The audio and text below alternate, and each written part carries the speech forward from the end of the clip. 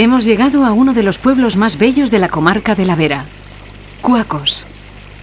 No mantiene, como lo hace la mayoría, el apellido de la Vera, sino que se denomina Cuacos de Yuste, por la razón que pronto tendremos ocasión de explicar. Cuacos corresponde en todo a la tipología verata de casas de arquitectura serrana, una de cuyas soluciones era la de labrar soportales que protegieran a los vecinos de las lluvias, sobre todo en las plazas y espacios de uso colectivo. No todos los recorridos ofrecen la protección frente al agua. Incluso en algunas revueltas encontramos fuentes que vierten las aguas procedentes de los 1000 manantiales del entorno. Pero en los días de buen tiempo no hacen falta soportales para sentarse a ponerse al día sobre los asuntos de actualidad, ni para resguardarse en los desplazamientos por el pueblo.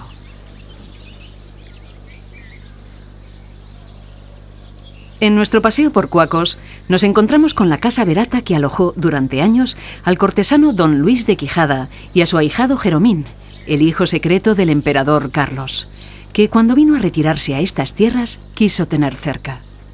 Tras años de ocultación, el emperador lo reconoció finalmente en su testamento. El popular Jeromín, que así se le conocía hasta que su hermanastro Felipe II lo titulara don Juan de Austria, fue un personaje fascinante que llegó a tener el mando de la flota y obtuvo un gran triunfo en la batalla de Lepanto contra los turcos. Y así, por designio imperial, Cuacos fue el lugar elegido para la crianza del fruto del pecadillo de viudez del poderoso Carlos, y Yuste, el monasterio donde esperaba alcanzar el perdón por sus debilidades mundanas. Y contando con el favor divino, se dispuso a vivir sus últimos días en una especie de antesala del paraíso. En lo más alto de Cuacos ya se alzaría en tiempos del emperador el actual templo gótico. Tras las ruinas de la desamortización, el selecto órgano traído de Amberes a Yuste por el emperador vino a parar a esta parroquia y hoy, felizmente restaurado, vuelve a aportar las notas de otros tiempos.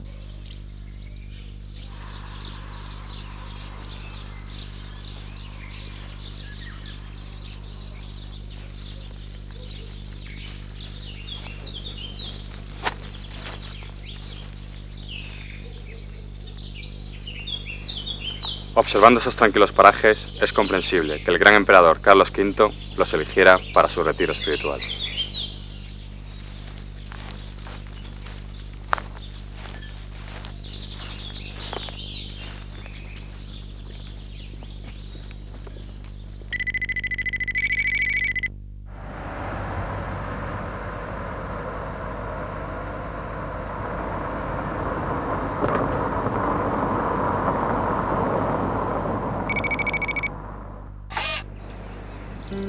Seguimos en el paraíso terrenal, elegido por el emperador como tránsito al paraíso divino. Garganta la Olla había sido fundada en el siglo XIII por un grupo de pastores, recibiendo, en aquella época, el nombre de Ad Fauces, que significaba junto a las gargantas. Por aquí se recuerda una vieja leyenda de una joven que, despechada de amores, se escondió en estos intrincados bosques para conquistar y asesinar a cuantos hombres se cruzaban en su camino. Autores como Lope de Vega y Vélez de Guevara compusieron versos en recuerdo de esta sanguinaria serrana, de la que daría buena cuenta la justicia sumarísima de la Inquisición. Los ecos de las saltarinas aguas, encajadas en la garganta, no parecen recordar nada de estas viejas leyendas y nos remiten de nuevo a la evocación del limpio paraíso que vivió el emperador y que hoy tratamos de emular en nuestra escapada.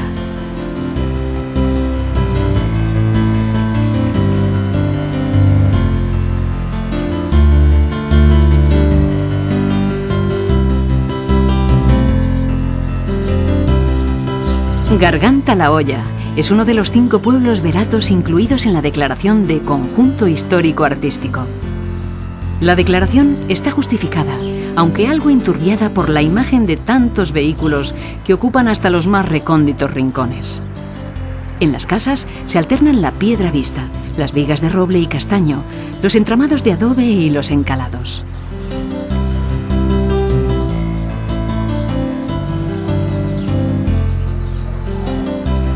También destacan las sobresalientes balconadas y galerías. Las macetas y calabazas ponen la nota de color y refuerzan el tipismo del caserío que se despliega entre angostas y retorcidas calles.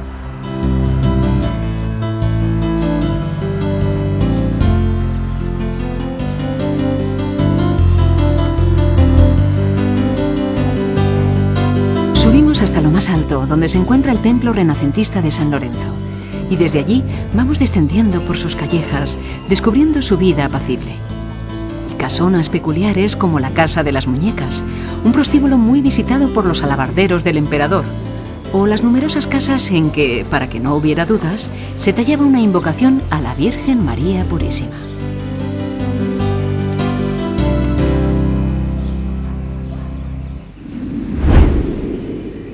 Ascendemos hasta el cercano puerto del Piornal, entre las sierras de San Bernabé y la de Tormantos. Desde aquí, dominamos amplias vistas del Valle de la Vera, antes de seguir con la visita a sus pueblos más característicos.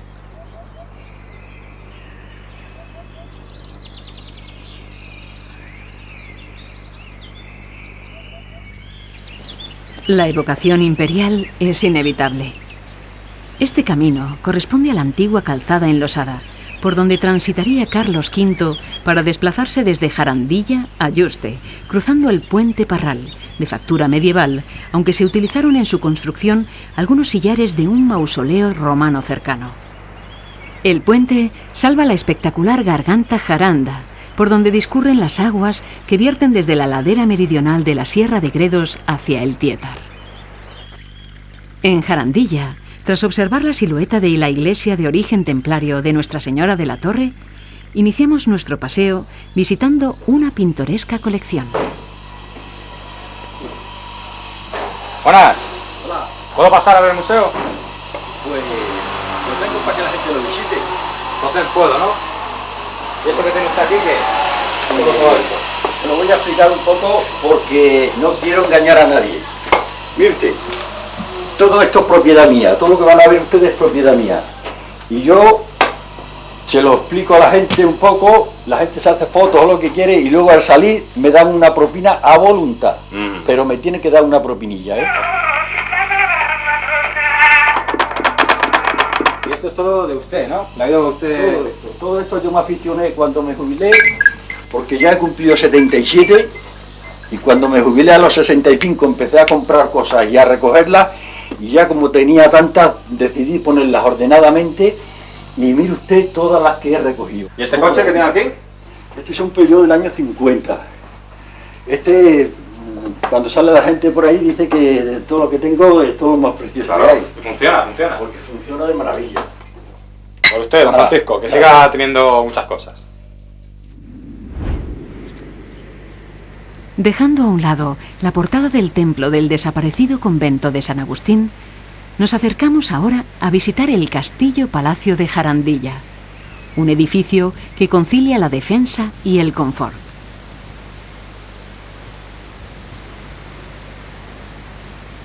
Su emplazamiento estratégico, su recinto doble y las torres, todo ello de sólida mampostería, junto al foso que protegía el acceso, harían de él una fortaleza casi inexpugnable.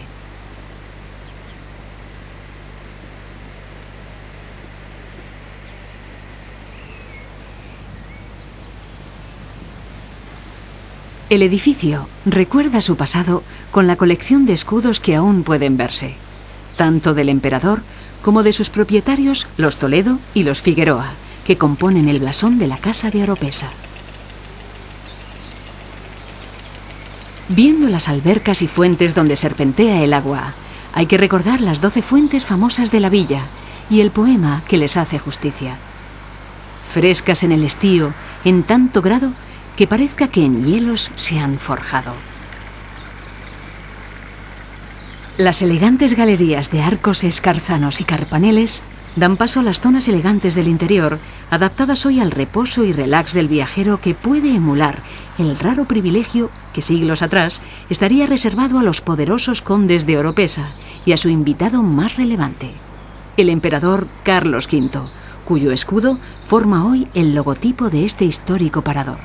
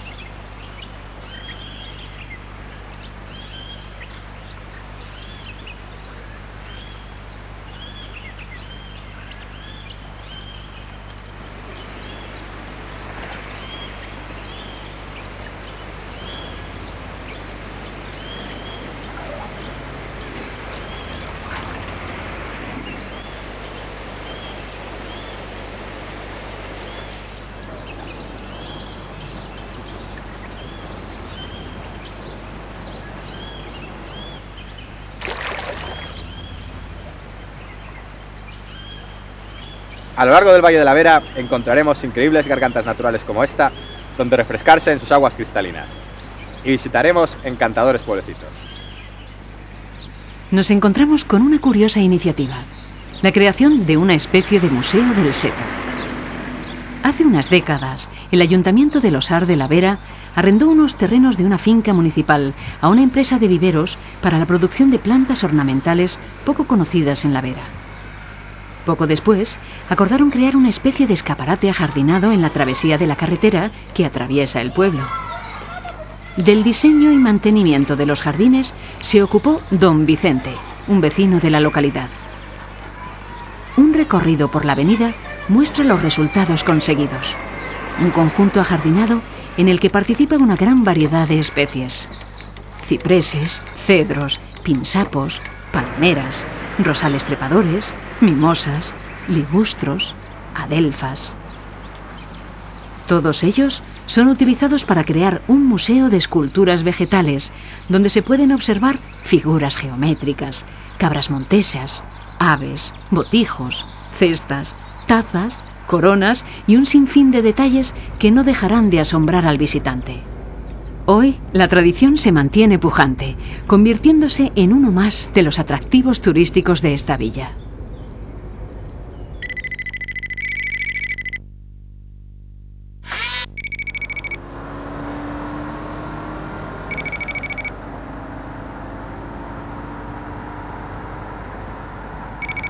Valverde de la Vera es quizá el más completo de los hermosos conjuntos urbanos de la comarca.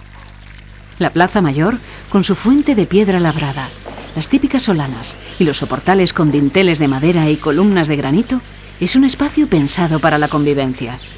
Ese ambiente pintoresco se refleja en sus callejones y hasta en la fachada del ayuntamiento, donde las banderas ponen un punto de color y la fuente muestra los blasones señoriales. Uno más de los encantos de Valverde es su aire tranquilo, su vida rural sin prisas, la acomodación del vecindario a un escenario que parece pasarles desapercibido. A nosotros nos sorprende todo: la sabia arquitectura rural, la continua presencia del agua, regalo de Gredos, que nos habla en el rumor callejero de sus regaderas y en las fuentes de granito, algunas escondidas y maravillosas. El templo de Valverde, erigido en honor de la Virgen de Fuentes Claras, fue promovido por Pedro Lope de Zúñiga en el siglo XVI. En el centro del pueblo descubrimos la Plaza de la Picota, con los blasones de los condes. Estos símbolos nos remiten a los lejanos siglos del antiguo régimen, donde fue cabecera de señorío de los condes de Nieva, con jurisdicción propia sobre el vecindario de la villa y sus aldeas.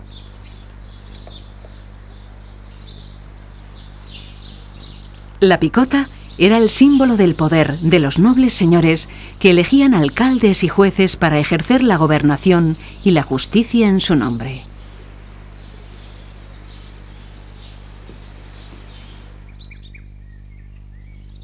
No hay que abandonar Valverde sin acudir a la zona alta, donde veremos los fuertes torreones con reforzados cubos esquineros que aún se mantienen en pie, incluso la torre de la actual iglesia, heredera de la fortaleza.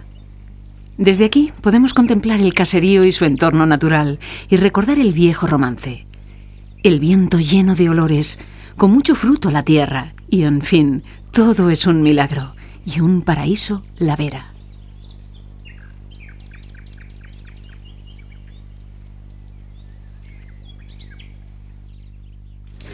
Villanueva es también un bello pueblo verato y de nuevo encontramos los signos de identidad comarcal. La plaza, con hermosa fuente pétrea con sus cantarines caños de agua, las balconadas sobresalientes talladas en madera, la vida rural sin agobios, las flores dando la nota de color.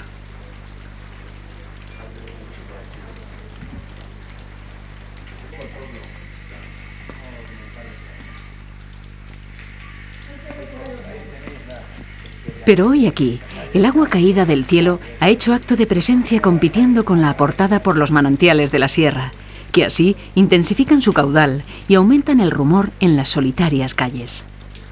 Este refuerzo del agua de lluvia parece que no invita al paseo relajado, y hasta la calle oscura, que, pese a su nombre, también llaman de la alegría, tiene un aspecto triste, otoñal. Y así, el agua desciende sin testigos, libre y pronta a reincorporarse a su entorno natural.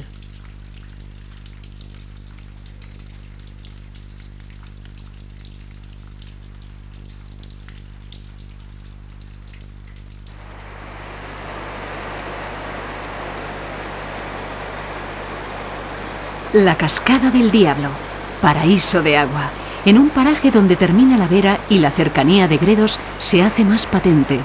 Nos hacen recordar un poema de algún enamorado de estas tierras. El orgullo de Gredos lo tiene su ladera.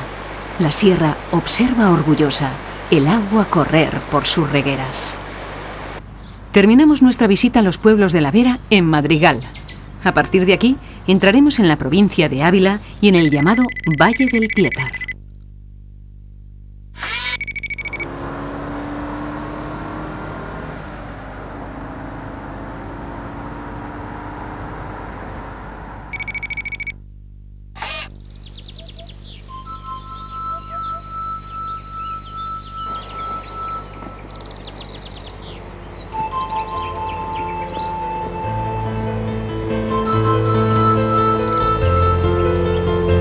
Nos desviamos primero hacia la localidad de El Raso y paramos en un paraje de la Garganta de la Chilla, donde podremos disfrutar de la tranquilidad del entorno mientras damos cuenta de un buen bocadillo.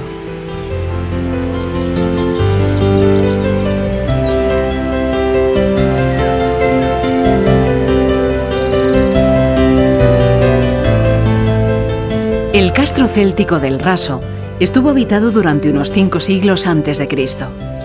Contaba con unas 300 casas y una población que rondaría los 1.500 habitantes. Probablemente es el más completo de los yacimientos conocidos de la Edad del Hierro en esta zona, conservándose también restos de la Edad del Bronce. Además de la necrópolis, podemos observar un recinto fortificado de gran extensión y un santuario dedicado a un dios indígena, que tiene su continuación como ermita cristiana. Las casas eran de mampostería y tapial, protegidas por un porche o zaguán. Hoy pueden verse algunos ejemplares reconstruidos, tal como serían en origen.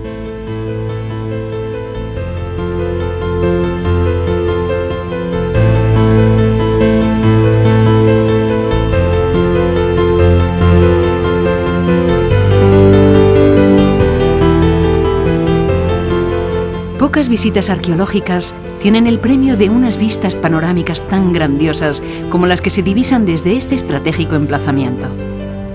Nubes, montañas, valle, ríos y una exuberante vegetación en un solo golpe de vista.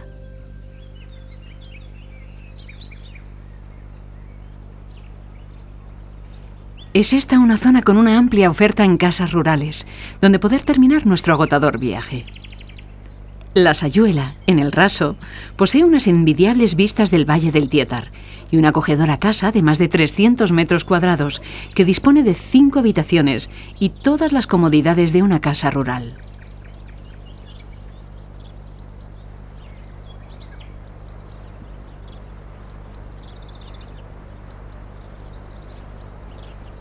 El Higueral de la Sayuela, en la misma localidad, oferta el alquiler no de habitaciones, sino de apartamentos completos en una apartada y tranquila zona, rodeados de higueras y cerezos, y en un entorno natural privilegiado.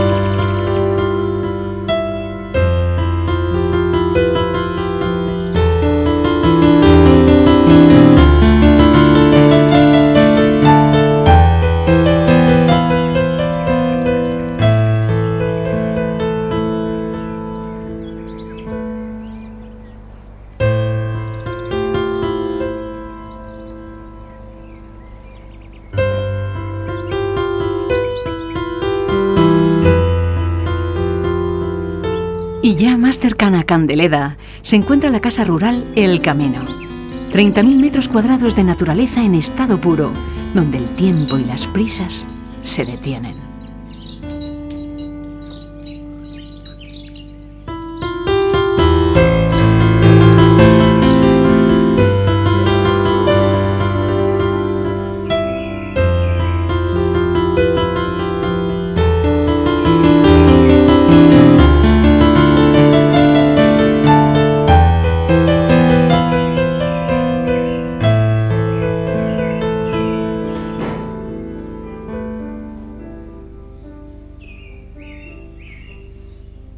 Bueno, María, cuéntame un poco, ¿qué es lo más especial que ofrecéis aquí en El Camino?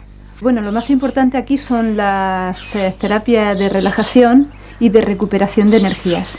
Y aquí lo que más se remarca es el descanso, ¿eh? Cuando una persona ya no está pensando en descansar de verdad, en que está agotado y viene al Camino, pues se le hacen una serie de terapias con baños de hidroterapia, con plantas medicinales, arcillas, aceites esenciales. Bueno, y para mí, ¿qué me recomendarías? Yo que estoy agotado de caminar por todo el valle. Bueno, pues si estás agotado, pues harías un poquito de relajación con unas pocas de respiraciones y te daría un potingueo en la bañera de hidromasaje, que yo creo que en un buen baño, con productos adecuados, te relajaría bastante. Y el balance final. Nada que envidiar al emperador, a los condes, a los señores de Horca y Picota, y menos aún a los sufridos betones que no llegaron a disfrutar de los placeres de la vida con el refinamiento de nuestra civilización del ocio.